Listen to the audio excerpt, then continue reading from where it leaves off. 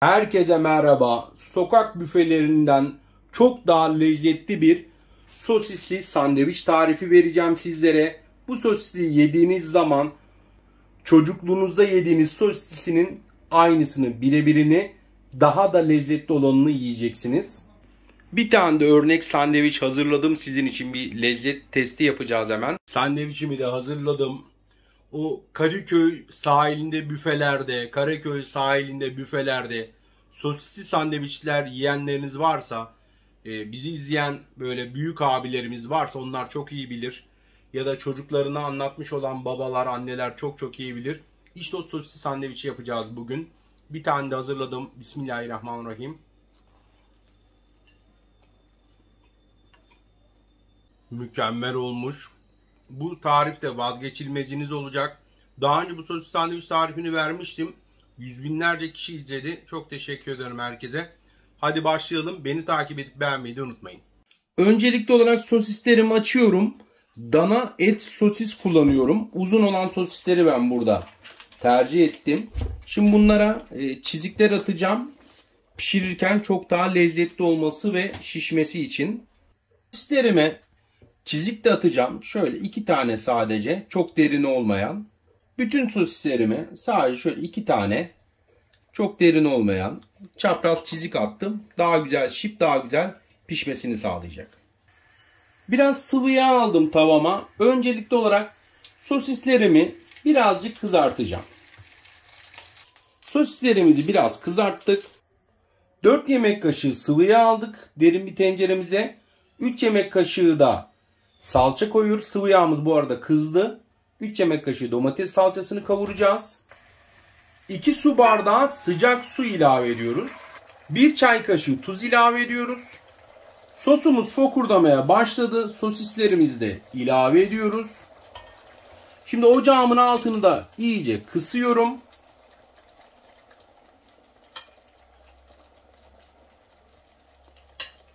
Mutlaka dana sosis kullanın. Dana et sosis çok lezzetli oluyor çünkü. O eskiden sokak büfelerinde yediğiniz sosisli sandviç lezzetini alacaksınız. Çok daha güzelini şu an evde yapıyor olacaksınız. Ve vazgeçemeyeceksiniz bu tariften. Çay kaşığının ucu kadar az karabiber ilave ettik. 1 yemek kaşığı da tereyağı ilave ediyoruz. Ocağımızda iyice kıstık. Kısık ateşte sosislerin pişmesini bekliyoruz. Yaklaşık bir 15-16 dakika sürüyor. Şimdi sosisli de turşusuz olmalı arkadaşlar. Şöyle turşularımı da kimi sevebilir, kimi şöyle yan kesiyorum. Bakın şu şekilde kesiyorum ben. Şimdi Rus salatası da yapacağız. İçerisine garnitürümüzü hazır aldık. İsterseniz kendiniz evde haşlayabilirsiniz. Yoğurt koyuyorum. 2 yemek kaşığı da mayonez ilave ediyorum. Biraz da tuz ilave ediyoruz ve güzelce karıştırıyoruz. Zaten çoğunuz biliyor zaten Rus salatası yapmasını. Biz videoda belki bilmeyen birisi de varsa diye onun için böyle gösterdik. Sosislerimizin de çok az bir süresi kaldı.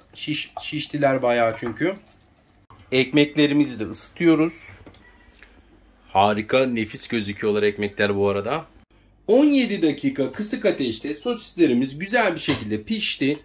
Bakın ekmeklerimizi de şöyle ısıttık. Önce o büfelerde sosunu koyarlardı ya. Önce şöyle ekmeğimizin üzerine, içerisine sosunu yayıyorum. Ben bol soslu severim.